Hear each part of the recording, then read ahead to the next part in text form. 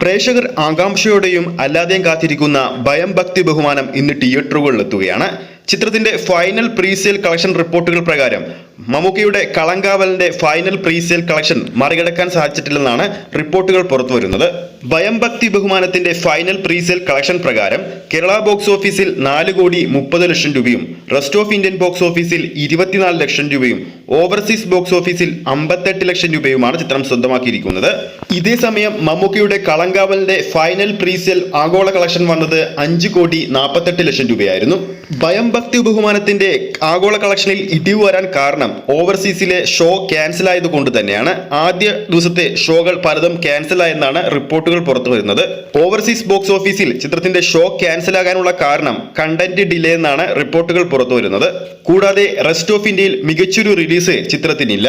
എന്നാലും കേരള ബോക്സ് ഓഫീസിൽ ചിത്രത്തിന്റെ ഫൈനൽ പ്രീസെയിൽ കളക്ഷൻ 4,30,00,000 രൂപ വന്നിട്ടുണ്ട്.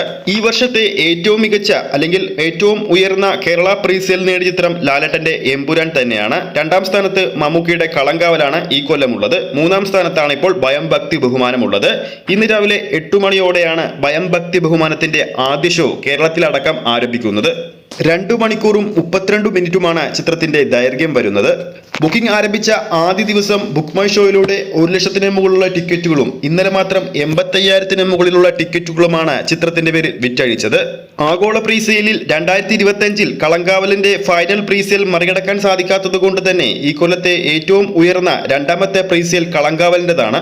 എന്തായാലും പുതിയ ചിത്രങ്ങളുടെ കൂടുതൽ അപ്ഡേറ്റുകളുമായി ഇന്ന് നമുക്ക് കാണാം. ഈ ഒരു വീഡിയോ ഇഷ്ടപ്പെട്ടിട്ടുണ്ടെങ്കിൽ വീഡിയോ ലൈക്ക് ചെയ്യാനും ചാനൽ സബ്സ്ക്രൈബ് ചെയ്യുന്ന കാര്യം ഓർമ്മിപ്പിക്കുന്നു. അടുത്തൊരു അപ്ഡേറ്റുമായി നമുക്ക് വീണ്ടും കാണാം.